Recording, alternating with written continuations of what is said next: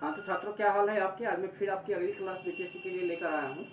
और इस क्लास में आपको, इससे पहले वाले क्लास में मैंने जहाँ तक बताया था उसके आगे में बताने जा रहा हूँ। तो हमने देखा था इससे पहले कि कैसे शेर खान ने हुमायूं को परेशान किया था। और उसी में अब हम देख लेते हैं कि हुमायूं के साथ उसका संघर्ष, शेर खान की जो शक्तियां थी वो बढ़ती जा रही थी दिन प्रतिदिन, जिसे देखकर हुमायूं ने बंगाल पर आक्रमण करने का निश्चय किया। उसने ये सोचा कि अगर हम अभी इसको कमजोर नहीं करेंगे तो ये हमें कमजोर कर देगा। यही सोच के उसने जो है बंगाल पर आक्रमण कर दिया। आक्रमण की आशंका को देखते हुए शेर खान ने अपना खजाना गौर से रोहतास ले गया।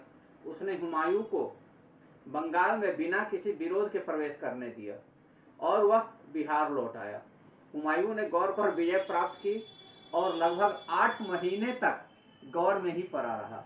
इस बीच शेर खान जो है वह जौनपुर, बनारस, कन्नौज, ये जो भी स्थान थे इस सबको अपने अधिकार में करता गया।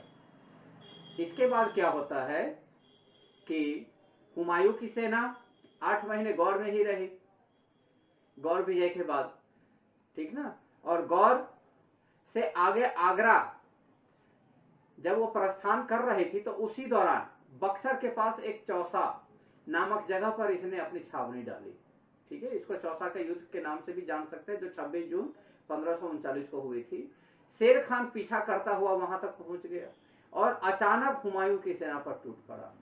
हुमायूं और उसकी सेना घबराकर इधर उधर भागने लगे। हुमायूं भी अपनी जान बचाने के लिए गंगा नदी में कूद पड़ा और निजाम नामक एक भिश्ती ने हुमायूं की जान बचाई। चौसा विजय के बाद जहां एक ओर शेर खान काफी जही से क्या कहते हैं उसका मनोबल बढ़ गया, वहीं दूसरी ओर मुगल सेना की शक्ति और प्रतिष्ठा पर भी प्रतिकूल यानी उल्टा प्रभाव पड़ा।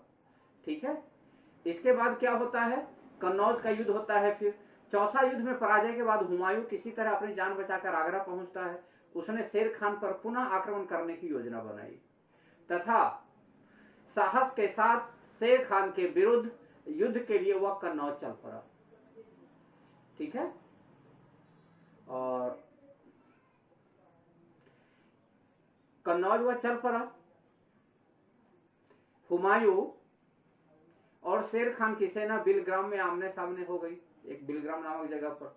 लेकिन हुमायूं के सामंतों और सिपाहियों के षड्यंत्र के कारण बिना किसी युद्ध के ही उसे पराजित होना पड़ा। ठीक है, और वह भाग कर पंजाब की ओर चला गया। चौसा और बिलग्राम के युद्ध ने शेर खान को भारत का सम्राट बना दिया। ठीक है, उसके अदम्य उत्साह और बहादुरी ने मुगल साम्राज्य को अपदस्थ कर दिया, यानी जैसे हुमायूं को सिंहासन से हटा दिया तथा भारत में उसने सूर वंश की वास्तविक स्थापना कर दी। ठीक है, शेर खान को द्वितीय अफगान साम्राज्य का संस्थापक के रूप में भी जाना जाता है। अब थोड़ा सा शेर खान के साम्राज्य के विस्तार के बारे में देखते हैं। ठीक है, शेर खान का साम्राज्य का विस्तार पहला आ जाता है गख्खर प्रदेश, जो 1541 ईस्वी उत्तर पश्चिम सीमा प्रांत में गख्खर जाति के लोग रहते थे, जो मुगलों के प्रति काफी वफादार थे। शेर शाह ने इनकी शक्तियों को कमजोर करने के लिए सबसे पहले पश्चिमोत्तर सीमा के लिए रोहतासगढ़ किले का निर्माण करवाया। वहां हैवात खान और वास खान को सेना के नेतृत्व में सेना को रखा गया। ठीक है, उसके बाद क्या होता है, बंगाल में खिद्र खान ने विद्रोह किया जिसे शेर खान ने कुचल दिया। इसके बाद दूरस्थ एवं धनवान प्रांतों में विद्रोह से बचने के लिए नए ढंग से शासन व्यवस्था प्रारंभ की गई। उसने बंगाल को 19 सरकारों अर्थात जिलों में बांट दिया। साथ ही एक नया पद का निर्माण किया जिसे जैसे क्या कहते हैं आमीन बंगला कहते थे, वह असैनिक अधिकारी होता था। ठीक है, प्रत्येक सरकार को एक सिकदार के अधीन कर दिया, जितने भी वहां सरकार होते थे एक सिकदार के अधीन वे काम करेंगे। इसके बाद इन्होंने जैसे क्या कहते हैं मालवा की तरफ रुख किया। बहादुर शाह की जब मृत्यु हो जाती है तो मल्लू खान ने कादिर शाह की उपाधि धारण कर खुद को स्वतंत्र घोषित कर दिया। शेर शाह के अभियान के बाद उसने आत्मसमर्पण कर दिया और सुजाद खान को मालवा का सूबेदार नियुक्त कर दिया। इसके बाद शेर शाह क्या करता है, अपना रुख रायसीन की तरफ चलता है 1543। रायसीन जो मध्य प्रदेश के में आती है आज के डेट में। चौहान राजपूत राय सिंघल जी के पुत्र पूर्णमल के अधिकार में था। रायसीन पर कब्जे के लिए शेर शाह कई माह तक, कई महीनों तक वहां उसको घेरे रखा, जिसके बाद पूर्णमल ने आत्मसमर्पण कर दिया, क्योंकि वो ना कोई बाहर से निकल सकता था, ना कोई जा सकता था, राशन पानी सब बंद हो जाए कब तक, तो इसीलिए उसने आत्मसमर्पण कर दिया। किले को आत्मसमर्पण करने के बाद उसने क्या किया, किला उसको सौंप दिया। यह शेर शाह की विजय की नीति के फलस्वरूप एक संघर्ष था, लेकिन इस संघर्ष में उसने कत्लेआम का कार्य किया, जो इतिहास में शेर शाह के नाम पर काला धब्बा माना जाता है। इसके बाद शेर शाह ने राजस्थान 1544 में उधर का रुख किया। मारवाड़ में मालदेव का शासन था, जो योग्य, साहसी और महत्वाकांक्षी शासक था। शेर शाह राजपूतों की बढ़ती हुई शक्ति को समाप्त करना चाहता था। उसने एक बार शौर्य के स्थान पर चालाकी का सहारा लिया और मारवाड़ एवं पर अधिकार करने में सफल हुआ। उसने जोधपुर पर अधिकार करने के बाद चित्तौड़गढ़ के जो शासक थे उदय सिंह, उनको पराजित कर दिया। ठीक है, और देखते देखते अजमेर हो, जोधपुर हो, माउंट आबू हो या फिर चित्तौड़ ही क्यों नहीं हो, जितने ये चार जो महत्वपूर्ण किले थे, इस पे शेर शाह का अधिकार हो जाता है। लेकिन यह विजय उसे बहुत महंगी पड़ती है। क्यों महंगी पड़ती है? क्योंकि शेर शाह ने खुद यह स्वीकार किया कि वह मुट्ठी भर बाजरा के लिए पूरे हिंदुस्तान को खो देता। ठीक है, कालिंजर की तरफ फिर उसकी अगली रुख होती है मई 1545 में। अर्थात हम देख सकते हैं ऊपर से हर साल शेर शाह की एक नई जैसे टारगेट होता है, एक नया अभियान होता है। यह शेर शाह का अंतिम अभियान था। इस अभियान का मुख्य कारण यही था कि कालिंजर का जो राजा था कीरत सिंह, उसके द्वारा शेर सिंह की अधीनता पराजय स्वीकार नहीं की जाती है। साथ ही उसने रीवा के महाराज वीरवाहन को शरण दे रखा था। 1544 में शेर शाह ने कालिंजर के किले को घेर लिया और 6 माह तक घेरे के रहने के बावजूद जब किले को नहीं जीत सका, तब शेर शाह ने किले की दीवार को तोप से उड़ाने का आदेश दे दिया। लेकिन तोप का एक गोला शेर शाह को ही लग गया, जिससे उसकी मृत्यु हो गई। मृत्यु से पहले शेर शाह उक्का नामक आग्नेय शास्त्र चला रहा था। ठीक है, तो उनकी जिस एक कहावत है ना, जिसकी बिल्ली उसी को म्याऊं, तो उन्हीं का हथियार उन्हीं को लग गई और वे इस दुनिया से चल बसे। चलिए, शेर शाह जो थे एक महान शासक, प्रबंधनकर्ता एवं मामूली जागीरदार के पुत्र की स्थिति से उठकर बादशाह के, यानी इन्होंने जैसे काफी संघर्ष किया। जब वह मुगल सेना में था तभी चंदेरी के युद्ध के समय कहा था कि अगर भाग्य मेरा साथ दे और सौभाग्य मेरा मित्र रहा तो एक दिन मैं मुगल को हिंदुस्तान से भगा दूंगा, और वही किया ही। ठीक है, शेर शाह को जैसे हिंदुस्तान से भागने पर मजबूर होना था। चलिए, अब शेर शाह का प्रशासन के बारे में थोड़ा देख लेते हैं। ठीक है, शेर शाह जो है मध्यकाल के एक महान शासकों में से जैसे एक गिनती, इनकी जैसे महान शासकों में गिनती की जाती है। इनका जो पहला अनुभव था उनके पिता की जागीर को देखते हुए उनको प्राप्त हुआ, यानी अनुभव इनके पास काफी था। इसके बाद उसने जलान खान के संरक्षण में संरक्षक के रूप में और मुगलों के संपर्क में आकर भी प्रशासन का अनुभव प्राप्त किया। दिन प्रतिदिन वह 16 से 17 घंटा काम करता था और सैन्य संगठन, सैन्य भर्ती, न्याय और लगान जैसे सभी काम को वह खुद संभालता था, ताकि उनको इस सब के बारे में पता हो। शासन प्रबंध और सैनिक प्रतिष्ठा की दृष्टि से शेर शाह अफगानों में काफी श्रेष्ठ और अकबर से भी अधिक रचनात्मक बुद्धि वाला था। इतना ही नहीं, और वह एक राष्ट्र निर्माता भी था। शेर शाह को अकबर का अग्रदूत कहा जाता है। शेर शाह प्रशासन सुधार के लिए मध्यकालीन इतिहास में सबसे प्रसिद्ध शासक के रूप में जाना जाता है। इतिहासकारों का कहना है कि अगर शेर शाह की आकस्मिक मृत्यु नहीं होती तो मुगलों का पुनरुत्थान, यानी मुगल फिर से भारत में नहीं होते। शेर शाह के अनुसार राज्य का कर्तव्य मात्र पुलिस प्रशासन ही नहीं अपितु लोक कल्याण काम कार्य भी होता है, यानी लोक कल्याण भी है। उसने अलाउद्दीन खिलजी के आधार पर सैनिक सुधार किया, मोहम्मद बिन तुगलक के आधार पर लगान एवं मालगुजारी की व्यवस्था की, फिरोज शाह तुगलक के आधार पर सार्वजनिक कार्य किए, कश्मीर के सुल्तान जैनुल आबदीन के आधार पर धार्मिक नीति लागू किया। शेर शाह ने प्रशासन को केंद्रीय एवं प्रांतीय व्यवस्था के रूप में लागू किया, यानी अर्थात इन्होंने हर किसी से कुछ न कुछ सीखा और हर किसी का कुछ न कुछ अपनाया। जैसे कि आज हमारे भारत का संविधान है, हर देश का कुछ न कुछ सबको लेकर एक मिलाया गया है और यह विश्व का सबसे लंबा संविधान हो गया। तो अकबर को जिस राजा की, जिस बादशाह की जो चीज अच्छी लगी, जो चीज सही लगी, उसको उन्होंने ले लिया और उसको यही क्या कहते हैं अपने लागू कर दिया। ठीक है, अब थोड़ा सा चलते हैं।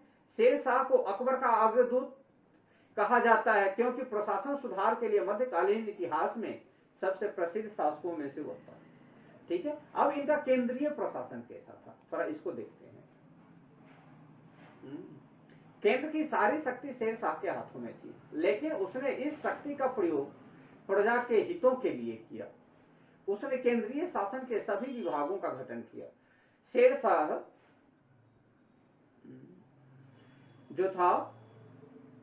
शाह का जो राजस्व सिद्धांत था तुर्क और अफगानों यानी दोनों का मिला जुला जैसे स्वरूप था। उसके शासन में मंत्री तथा उच्चाधिकारी थे, लेकिन मुगलों के विपरीत मंत्रियों को उसने बहुत अधिक अधिकार नहीं दिया था। वे खुद निर्णय न लेकर सिर्फ आज्ञा का पालन करते थे। ठीक है, शासन व्यवस्था के संतलत काल के अनुरूप ही उसने अनेक विभागों का भी निर्माण किया था, जो निम्न प्रकार का है। पहला, दीवाने वजारत। यह लगान एवं अर्थव्यवस्था से संबंधित विभाग था, जिसका प्रधान वजीर कहलाता था। उसका काम वित्त मंत्री और प्रधानमंत्री का था। एक तरह से आज का जैसे प्रधानमंत्री और वित्त मंत्री कह दीजिए, वह ये दोनों मिलाकर एक पद बनाई गई थी, जिसको कहा जा रहा था दीवाने वजारत। ठीक है, और यह विभाग उसी तरह काम करता था जैसे पीएमओ, तथा वह दूसरे मंत्रियों पर भी निगरानी रखता था। आय व्यय का लेखा जोखा दीवाने वजारत के अधीन ही था। ठीक है, चलिए इसके बाद जो दूसरा विभाग की स्थापना की गई, जैसे हमारे यहाँ शिक्षा विभाग, स्वास्थ्य विभाग, वित्त विभाग, कृषि विभाग, तो ऐसे बहुत सारे जो है ना विभाग है ना, तो उस समय भी ये विभाग सबकी स्थापना हुई। इसके बाद आता है दीवाने आरिज।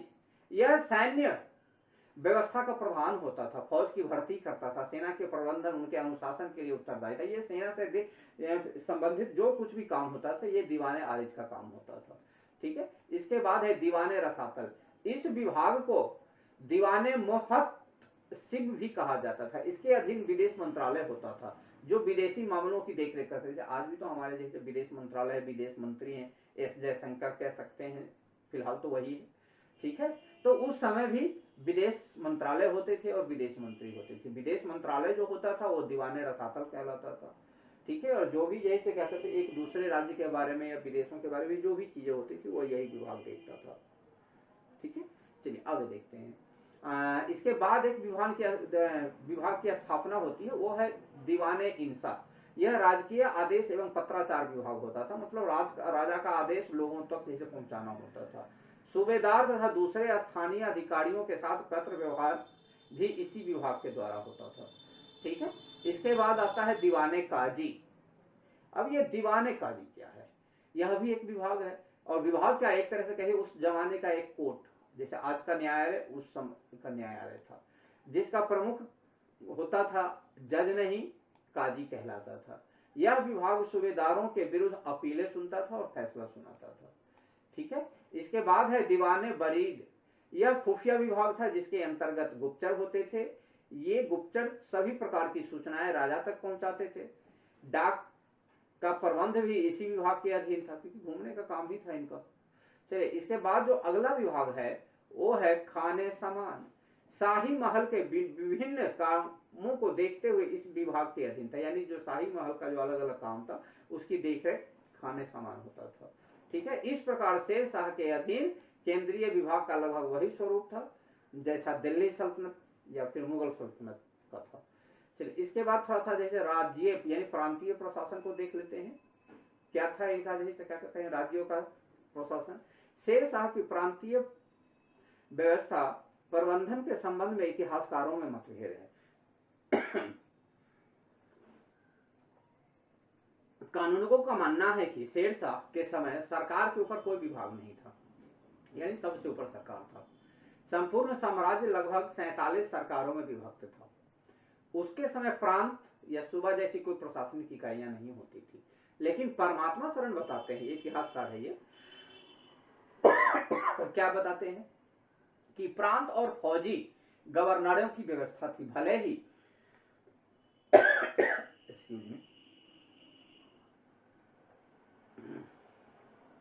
1541 ईस्वी में बंगाल में विद्रोह के बाद विशेष व्यवस्था की गई और बंगाल को 19 सरकारों में बांट दिया गया।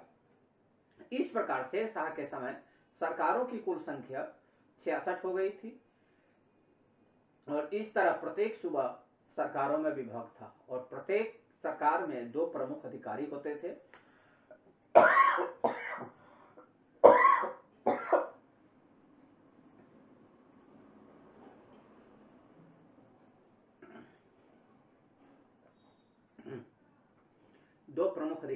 जिसमें एक सिकदारा होता था तथा दूसरा मुंसिफान होता था। ठीक है, इसके बाद जो अगला विभाग आती है वो है सिकदारा का, जैसा कि हमने अभी देखा है। यह सरकार का प्रमुख अधिकारी के साथ साथ सैन्य अधिकारी भी होता था जो शांति व्यवस्था देखने का काम करता था। वह फौजदारी मामलों की देखरेख करता था। ठीक है, फौजदारी का मतलब हो गया कि जैसे अभी आपके हर क्षेत्र में एक थाना है ना, तो उस तरह का आप कह सकते हैं। मुंसिफान यह मुख्य न्याय अधिकारी होता था, यानी उससे ऊपर था।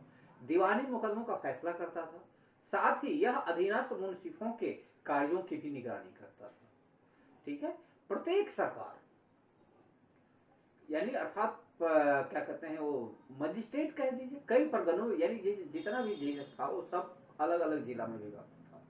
परगने का मुख्य अधिकारी जो होता था सिकदार, जिसको हम आज के डेट में जिलाधिकारी बोलते हैं। खजांची, फौजदार कहते हैं इसको। अमीन आज भी है। मुंसिफ एक हिंदी और एक फारसी लिपिक होते थे। प्रशासन की सबसे छोटी इकाई होती थी वो ग्राम कहलाती थी। गांव के अधिकारी पटवारी, चौकीदार, चौधरी, मुकद्दम तथा प्रधान इत्यादि होते थे। ये गांव के प्रशासन, सुरक्षा, शिक्षा, सफाई इत्यादि का काम करते थे। ठीक है, तो यहाँ तक आपको समझ में आ गई। अब शेरशाह का जैसे टैक्स व्यवस्था कैसा था, कैसे टैक्स लेते थे, तो थोड़ा इसको भी देखते हैं। शेरशाह का लगान व्यवस्था। शेरशाह के समय केंद्रीय आय का प्रमुख साधन वही जमीन था। अन्य स्रोतों में लावारिस संपत्ति होती थी, लूट का माल होता था, जजिया कर होता था। ठीक है, तो ये जो चीजें थी इनसे सरकार को टैक्स मिलता था शेरशाह को। शेरशाह किसानों की सुख समृद्धि पर अधिक ध्यान देता था। उसने अलाउद्दीन खिलजी की लगान व्यवस्था को अपने प्रांतों में लागू कर दिया, जो रैयतवाड़ी व्यवस्था थी।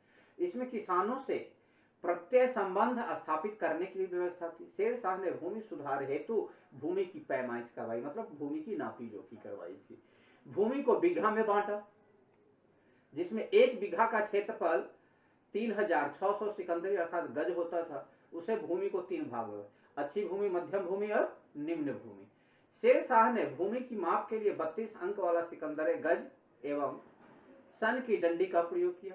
लगान के रूप में उसने उपज में 1/3 भाग वसूल किया। लगान नकद और अनाज दोनों के रूप में वसूला जाता था, आपकी इच्छा, लेकिन नगद को ही ज्यादा प्राथमिकता दी जाती थी। शेरशाह ने पट्टा और कबूलियत की भी प्रथा प्रारंभ की। प्रत्येक किसान को सरकार की ओर से पट्टा दिया जाता था, जिसमें भूमि संबंधी संपूर्ण जानकारी होती थी। किसान कबूलियत लिखकर लगान के जो रकम होता था उसको चुकाने का वचन देता था। अगर उस समय नहीं तो बाद में चुका सकता है। किसान लगान को सीधा सरकारी खजाने में जमा करते थे। मध्यकाल में फिरोज शाह तुगलक के बाद शेरशाह ने किसानों के हित के लिए ज्यादा ध्यान दिया। उसने सेना को किसानों की खड़ी फसल बर्बाद न करने के लिए या तंग न करने का आदेश दे रखा था। किसानों की फसल बर्बादी की स्थिति में क्षतिपूर्ति का भी प्रावधान था। ठीक है, शेरशाह को भूमि विकास या भूमि को उर्वरक बनाने के लिए आसान किस्तों पर ऋण भी देता था, अर्थात कर्ज भी देता था।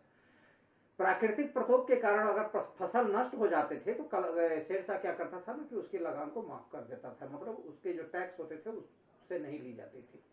लगान के अलावे उसने जड़ीवाना और मुहासिलाना भी लगाया।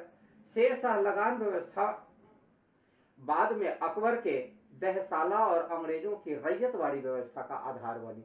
कानूनगों ने कहा कि यदि शेरशाह 10 या 20 वर्षों तक और जीवित रहता तो जमींदारी प्रथा को पूरी तरह से समाप्त कर देता। ठीक है, अब यहाँ पे कुछ पॉइंट है, यहाँ पे देख लीजिएगा। मध्यकाल में फिरोज शाह तुगलक के बाद तो ये चीज मैं बता रखा हूँ, आप इसको नोट जरूर कर लेंगे। अब है न्याय और गुप्तचर व्यवस्था शेरशाह का, चलिए उसको भी देख लेते हैं, थोड़ा सा है। शेरशाह सबसे बड़ा खुद ही न्यायाधीश था, जज था। वह प्रत्येक बुधवार की शाम न्याय के लिए दरबार यानी कोर्ट लगाता था और उसमें बैठता था। लगान संबंधी मुकदमों का निर्णय मुंसिफ और सरकार में मुंसिफ ए मुंसिफान करता था। सैनिक मामले संबंधी मुकदमे की सुनवाई काजी के द्वारा की जाती थी, जबकि फौजदारी मुकदमों की सुनवाई सिकदारा द्वारा की जाती थी। फौजदारी कानून कठोर था और सभी पर समान रूप से लागू था। सभी प्रकार के दंड होते थे, जैसे कैद है, कोरा से पीटना, अंग भंग यानी अंग किसी अंग को काट देना, जुर्माना, ये सारे जैसे दंड मौजूद था उस समय। शेरशाह न्याय प्रिय शासक था। उसका कहना था कि न्याय करना धार्मिक कामों में सर्वश्रेष्ठ होता है। शेरशाह का गुप्तचर एवं सूचना विभाग भी था, जो काफी जैसे विकसित था, काफी अच्छा काम कर रहा था। प्रमुख नगरों, बाजारों, सरायों में हरकारा नियुक्त किया जाता था और प्रत्येक समय 2 घोड़े गुप्तचर कार्य के उद्देश्य से रखे जाते थे। शेरशाह अपने गुप्तचरों और संदेशवाहकों की सहायता से राजकीय प्रशासन पर नियंत्रण रखता था। दरोगा ए डाक चौकी डाक एवं गुप्तचर विभाग का प्रमुख अधिकारी होता था। तो चलिए आज के लिए तब तक आप इतना पढ़ें, फिर अगले क्लास में मिलते हैं। जय हिंद, जय भारत।